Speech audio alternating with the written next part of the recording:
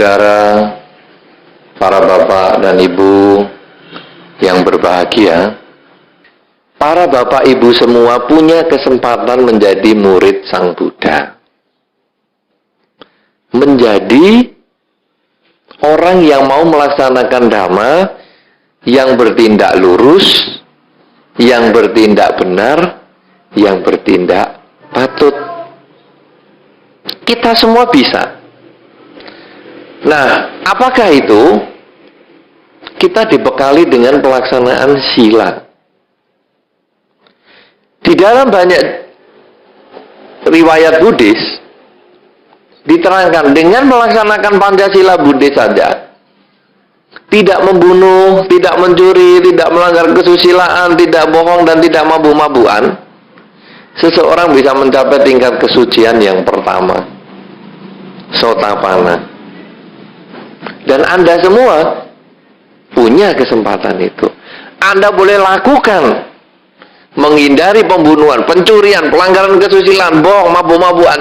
Jalani sungguh-sungguh kesucian milik Anda. Nah, pelaksanaan sila ini adalah dasar. Tetapi ada yang lebih dipentingkan lagi di dalam Dharma. Kalau kita melihat Dhammacakkappavattana Sutta, khotbah pemutaran roda Dharma, di situ diterangkan tentang 4 kesunyataan mulia. Apakah 4 kesunyataan mulia ini? Yang pertama adalah hidup itu berisi ketidakpuasan. Kita tidak puas karena berkumpul dengan yang tidak kita sukai, berpisah dengan yang kita cintai. Itu seperti satu telapak tangan yang dilihat dari 2 sisi. Begitu berkumpul dengan yang dibenci, otomatis kita berpisah dengan yang dicinta. Begitu berpisah dengan yang dicinta, otomatis berkumpul dengan yang dibenci. Itu hanya satu tangan bolak-balik. Contohnya, di Blitar sekarang ini, mungkin saya kira Kediri juga begitu, mulai dingin. Ya, di Tulungagung saya kira juga begitu juga toh. Dewingin.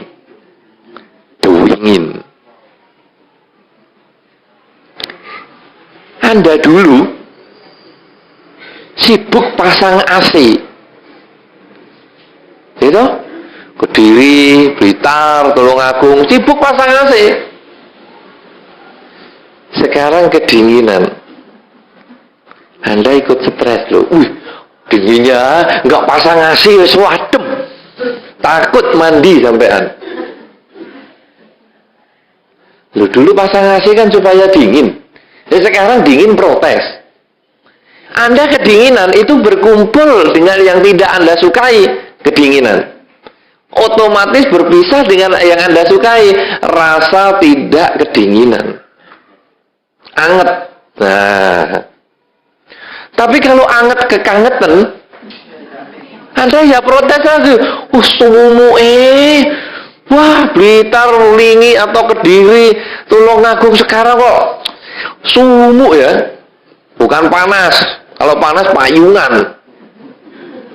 Sumu. Dalam bahasa Indonesia gerah. Kadang-kadang orang itu bahasa Indonesianya rada keliru. Malam-malam panas ya, panas. Loh, panas payungan. Gerah. Kalau malam ini gerah. Kalau tuwek kenapa Pak Manardi? Kalau panas gerah, kalau tuwek gerang. Nah. Pinter semua. Cocok. Ya, kasar halus kan tergantung pikiran.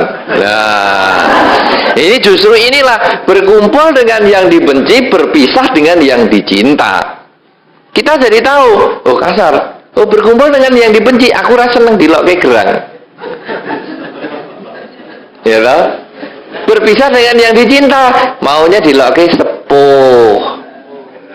Sampun disepuh. disepuh ya kasar meneh.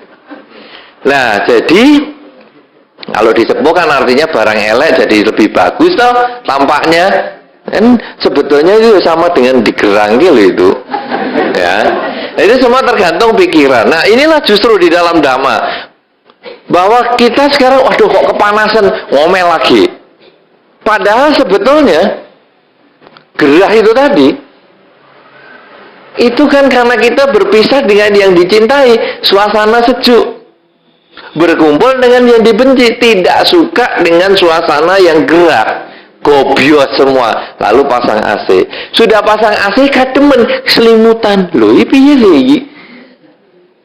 Tadi katanya kepanasan, kegerahan, pasang AC, sekarang kedinginan, selimutan. Ini kadang-kadang kalau kita lihat juga lucu loh manusia ini. Nanti kalau sudah kedinginan melungker ngomel lagi.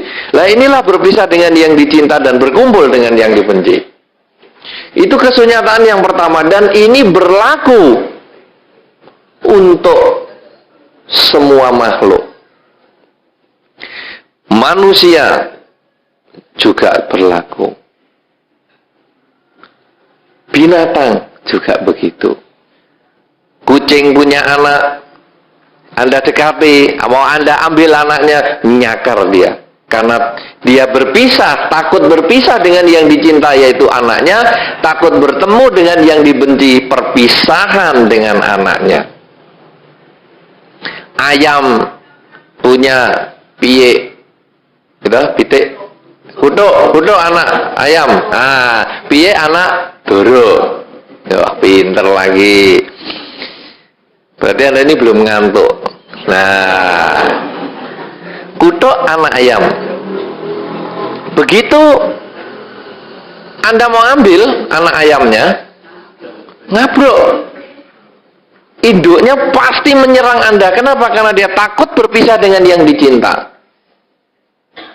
Anak ayamnya takut berkumpul dengan yang dibenci. Perpisahannya itu sendiri. Semua makhluk begitu. Nah, yang kedua, kesunyataan kedua, kenapa makhluk itu takut berkumpul dengan yang dibenci, takut berpisah dengan yang dicinta? Keinginan. Kalau seneng pengen dikumpuli terus, kalau benci pengen ditolak terus. Coba kata-kata yang enak, pujian. Wah, kita pengen dapat pujian terus. Tapi begitu kata gerang keluar, protes. Tapi coba Anda ngomong gerang sama Nera. Sama Nera orang Kalimantan. Tahu gerang? Nggak tahu. Nah, dia dikatain gerang, senyum-senyum. Nah, apa tak sing gerang? Nah, sehingga coba Anda katakan sama Nera tentang gerang, dia diam-diam aja. Karena bagi sama Nera itu bukan kata-kata yang busuk, bukan kata-kata yang jelek. Kenapa? Karena tidak mengerti bahasanya kata gerang itu. Nah, bahwa gerang itu sama dengan tua, tapi sebetulnya memaki sama Nera. Jadi kalau sudah tua masih kelakuannya nggak beres, dikatain gerangan. Sudah tua, kelakuannya masih nggak beres. Itu loh sama Nera artinya, makiannya begitu. Nah, jadi kalau kita sekarang, coba Anda misalnya tidak suka dengan pisuan. Misuh, orang misuh. Itu kan karena Anda ngerti bahasanya misuhnya itu. Jadi Anda punya pikiran, aku nggak suka dipisui. Aku suka mendapat pujian. Tapi ketika Anda dipisui dengan bahasa yang Anda nggak ngerti, malah senyum-senyum loh Anda. Mungkin dia memuji saya. Oh, kok serius banget ya? Nah, itu semua adalah pikiran. Nah, oleh karena itu, ketika kita berkumpul dengan yang dibenci dan berpisah dengan yang dicinta, muncul kejengkelan. muncul ketidakpuasan, sumber yang kedua adalah keinginan kita sendiri. Jadi dari sini kita bisa simpulkan, suka dan duka itu buatan kita sendiri, bukan orang lain, bukan pihak lain, bukan karena dingin bikin kita tidak suka, bukan karena gerah bikin orang kita tidak suka, tapi karena cara berpikir kita. Kalau kita sering kepanasan, udara dingin ini, oh enak loh. Tapi kira kalau baru greges, udara dingin ini, waduh, takut kita keluar. Berarti bukan masalah udara dinginnya, tapi adalah cara berpikir kita sendiri. Nah, ini yang diselesaikan oleh Sang Buddha. Karena itu apapun yang Anda miliki di dunia ini, kalau muncul penderitaan, muncul kesulitan, sebetulnya dasarnya dari diri kita sendiri, bukan dari yang lain. Anda jangan mengatakan, wah bos saya galak. Bukan. Sebetulnya saya senang punya bos galak ini. Karena saya bisa berpikir, gimana ya caranya ngelawan sama bos yang galak, tapi bisa nurut sama saya, dan tetap saya baik sama dia. Kalau saya main emosi, musuhan. Kalau saya pakai akal, saya jadi baik, tapi tidak musuhan. Tapi saya bisa memperbaiki dia. Nah, ini kalau kita punya bos galak itu, kita cara berpikirnya begitu. Ini berarti pikiran saya mengharap dia baik sama saya, padahal kenyataan tidak. Sulit sekali untuk menerima kenyataan. Kalau sekarang kita belajar di dalam Dharma, sebetulnya kita lalu menyadari udara dingin, suka dan duka karena diri kita. Berpisah dengan anggota keluarga kita, susah dan suka adalah diri kita. Punya pimpinan yang tidak cocok, suka dan duka karena diri kita. Punya pekerjaan yang tidak cocok, suka dan duka karena diri kita. Karena itu, kalau Anda bisa mengerti ini, maka kesunyatan yang ketiga, kita bisa memperbaiki situasi. Udara dingin, Anda tidak bisa memperbaiki udara dingin jadi panas. Udara panas atau gerah, Anda perbaiki supaya dingin, Anda tidak bisa. Tapi sekarang Anda mengubah cara berpikir. Dingin, ya enak juga lah. Di dalam rumah diang-diang. Ada tidak sekarang ya diang-diang ini? Masih ada? Pakai apa diang-diangnya? Sampah-sampah. Di dalam rumah masa sampah-sampah? Ada lagi. Ya, tapi kita mulai berpikir, oh dingin-dingin. Kalau gitu masak anget-anget. Pedang rundi. Nah, sebentar lagi dapat loh di sana. Nah, jadi kita lalu mikir, gimana ya udara dingin-dingin. Sebagai ibu rumah tangga, aku gawe wedang jahe. Akhirnya seluruh keluarga happy. Nanti waktu panas-panas, gerah-gerah, bikin es. Nah, coba kalau Anda balik. Panas-panas, wedang jahe. Adem-adem, bikinkan es kopior. Dipisui loh sama pasangan hidupnya atau sama keluarga Anda. Paling enggak masakan Anda enggak laku. Tapi ketika Anda dingin, apa ya enaknya dimanfaatkan? Wedang jahe.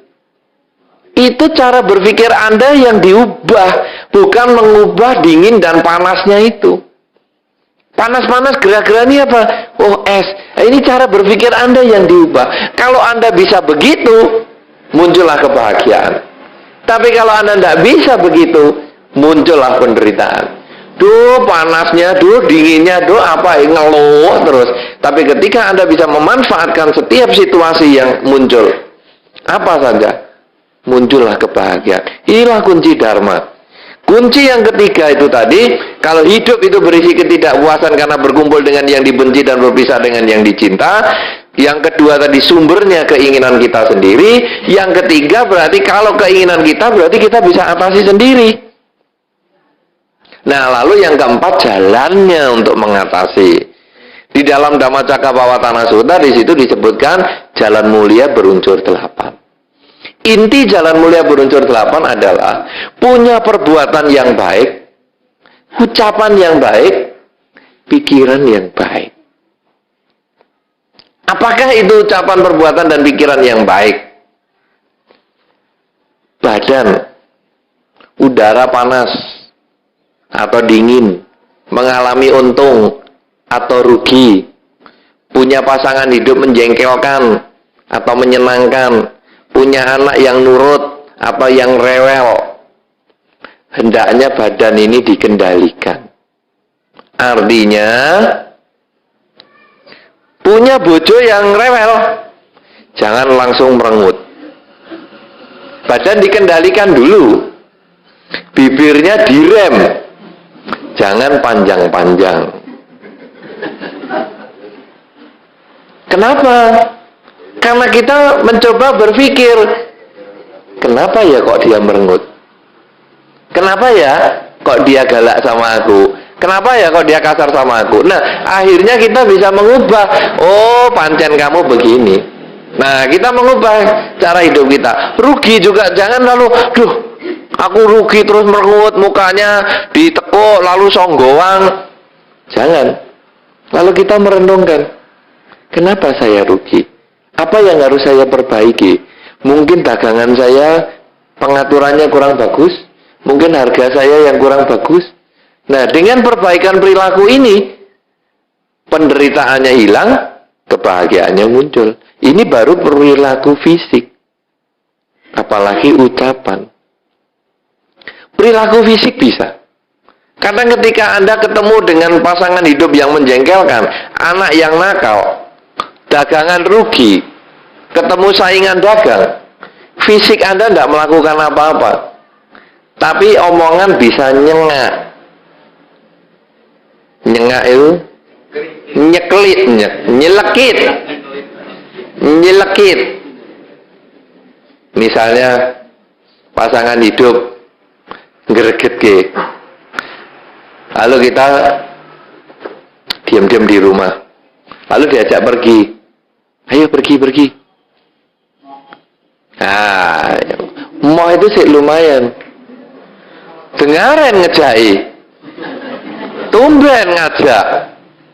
Oh, biasanya pergi sendirian, mesti ada karpe. Loh, itu kadang kan keluar suara nyelekit. Padahal perilakunya nggak ngapa-ngapa, tapi omongan nyelekit sehingga akhirnya yang mau ngajak pergi gregetan juga.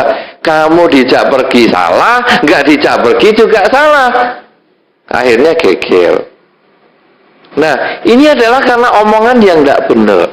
Omongan yang menyakitkan. Kalau kita sudah begitu, akhirnya penderitaan juga muncul. Karena hidup ini kan seperti cermin. Kita ngomong jelek, dia akan balik kembali ke kita. Dia juga akan bisa ngomong yang lebih nyelekit, akhirnya gegeran. Dengan pasangan hidup, dengan anak juga begitu. Anak gergir terus, akhirnya kita juga ngomong, aduh, aku dulu kalau tahu begini nggak pengen punya anak kamu. Ini kan nyelekit. Ya kalau anaknya diem aja, kalau anaknya bisa jawab, aku kalau bisa pilih juga nggak kepengen punya orang tua kamu. Apa nggak kita juga menelan ludah yang nggak enak itu? Ini kan karena kita nyelekit, dia akan nyelekit. Di kita menyakiti, dia akan bales. Ini dari hukum alamnya. Karena itu kalau kita nggak kepengen disakiti, supaya hidup ini tidak berkumpul dengan yang dibenci dan berpisah dengan yang dicinta, pada saat kita jengkel, pengen ngomong yang menyakitkan, coba direm, diem. Jangan ngomong lebih baik daripada ngomong. Karena sekali ngomong keluar yang nggak enak. Tapi kalau diem, terhindar itu. Nah, kalau badan sudah bisa, omongan sudah bisa, pikiran kadang sulit. Pikiran ini kalau malam mau tidur kadang kita masih gerendengan. menjengkelkan loh itu orang itu. Oh, mertuanya juga menjengkelkan. Kenapa ya saya kok bisa diloki begini-begini? Itu keluar padahal di depan mertua senyum, di depan orang yang kita jengkeli perilaku kita baik, tapi pikiran kita isinya jelek. Nah, ini juga menimbulkan penderitaan sehingga kita sulit tidur. Bagaimana caranya kembali di dalam Dharma tadi? Semua itu karena keinginan. Kita tidak ingin berkumpul dengan yang dibenci, tidak mau punya mertua seperti itu. Kepingin bertemu dengan yang dicinta, pengen mertua yang lebih baik. Nah, akhirnya membuat kita lalu menjadi stres. Nah, di dalam jalan mulia berunsur 8 ini, kita harus memperbaiki ucapan, memperbaiki perbuatan, dan memperbaiki pikiran. Apakah yang disebut memperbaiki pikiran? Kita menyadari bahwa semua orang punya kelebihan dan kekurangannya masing-masing. Kalau saya lihat mertua saya punya kekurangan begitu, berarti ya memang itulah kekurangannya dia. Tapi kan dia punya kelebihan. Saya boleh sama anaknya kok. Itu kan kelebihan dia. Tetapi juga lalu kita merenung diri sendiri. Kenapa saya tidak suka sama dia? Karena saya mengharap dia lebih baik daripada yang sekarang. Padahal dia adalah orang yang berbeda daripada saya. Kalau begitu ya sudahlah. Mungkin saya ini bayar utang karma saya. Kita lebih tenang begitu. Ketika saya mengalami kerugian, lalu saya juga merenungkan, loh, kenapa saya rugi? Saya bisa perbaiki. Tapi kalau sudah begitu, kita juga lalu merenungkan, ini mungkin bagian dari karma buruk yang harus saya bayar. Sehingga kalau memang bukan milik saya, kemanapun saya pergi, saya tidak akan pernah mendapatkan yang saya inginkan. Tapi kalau itu sudah menjadi milik saya, walaupun saya tinggal kemana saja, walaupun saya buang apapun juga, dia pasti kembali pada diri kita. Anda boleh lihat di dalam masyarakat, apa yang kita alami sesungguhnya adalah buah karma kita. Satu contoh, kalau Anda kepingin beli tanah, kalau memang tanah itu bukan milik Anda punya duit banyak, tidak bisa beli barang itu. Tapi ketika Anda memang tanah itu milik Anda tidak mau beli tanah, tetap disuruh beli. Akhirnya harga murah pun Anda bisa beli. Pasangan hidup juga gitu. Kalau sekarang pasangan hidup itu memang milik Anda, tidak usah nyari dapat. Santai-santai bisa dapat. Tapi kalau belum jadi miliknya, sudah di gerbang perkawinan loh, sudah pesen rok manten, sudah pesen makanan, bisa kok batal. Malah pernah kejadian di Jawa Tengah itu, sudah hari kawinnya kan malah mati. Iya toh? Duduk di pelaminan, perempuannya mungkin kekeselen, pingsan, masuk rumah sakit, berangkat, mati. Nah, itu kan sudah jelas sudah bukan miliknya lagi. Karena sudah duduk di pelaminan saja masih bisa lewat. Dagangan juga gitu. Anda kejar kalau belum waktunya tidak dapat. Begitu sudah waktunya Anda akan dapat sendiri. Keuntungan juga sama. Apa saja, anak pun juga begitu. Dikejar kalau belum waktunya punya anak. Waduh, ngotot juga merusut terus. Kalau sudah waktunya di stop toh. Jalan terus kok. Bablas terus. Inilah sebetulnya karma. Karena itu kalau kita sudah menyadari hukum karma ini, kita lalu merenungkan tentang karma ini, hidup di dunia tidak ada masalah. Akhirnya kita menyadari apa yang aku terima sekarang, suka dan duka ini adalah buah perbuatanku sendiri. Bukan dikerjain orang, bukan karena ini dan itu, tapi karena buah perilakuku sendiri. Kalau kita sudah menyadari gitu, hidup kita menjadi tenang. Kalau hidup kita sudah menjadi tenang, maka kita bisa merasakan manfaat dharma. Karena sesungguhnya dharma itu akan memberikan kebahagiaan untuk mereka yang melaksanakan. Nah, jadi laksanakan apa? Sila, ya, tidak membunuh, mencuri, melanggar kesusilaan, bohong, dan mabuk-mabukan. Karena dengan melaksanakan 5 sila secara total, Anda punya kesempatan mencapai kesucian yang pertama, Sotapanna. Nah, tetapi yang lebih lengkap lagi sebetulnya adalah pengendalian badan, ucapan, dan pikiran. Karena sila itu lebih cenderung hanya pengendalian badan dan pengendalian ucapan.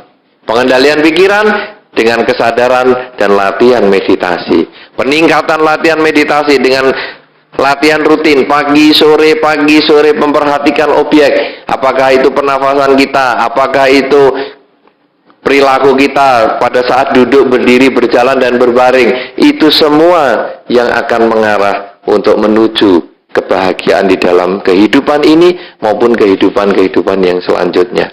Oleh karena itu saudara-saudara, asada jangan hanya dijadikan upacara.